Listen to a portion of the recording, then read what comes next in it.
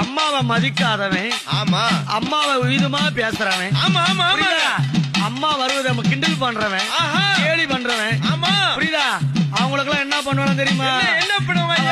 அரியரைப்பாளா வஞ்சியலாம் தண்டு முத்தே, அம்மா அரியரைப்பாளா வஞ்சியலாம் தண்டு முத்தே, பெரியம்மா வந்துடுமோ அந்த பெத்தவளம் பார்த்தாளாம், பெரியம்மா வந்துடண்டா அந்த பெத்தவளம் பார்த்தாளாம்.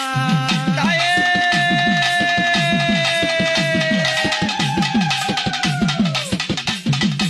அப்படி ஆமா அம்மா இந்த கலியுகத்துல ஆமா கல்லாக காட்சி கொடுக்கிறா. ஆமா ஆமா இந்த கலியுகத்திலே ஆமா கல்லா காட்சி கொடுக்கிறா.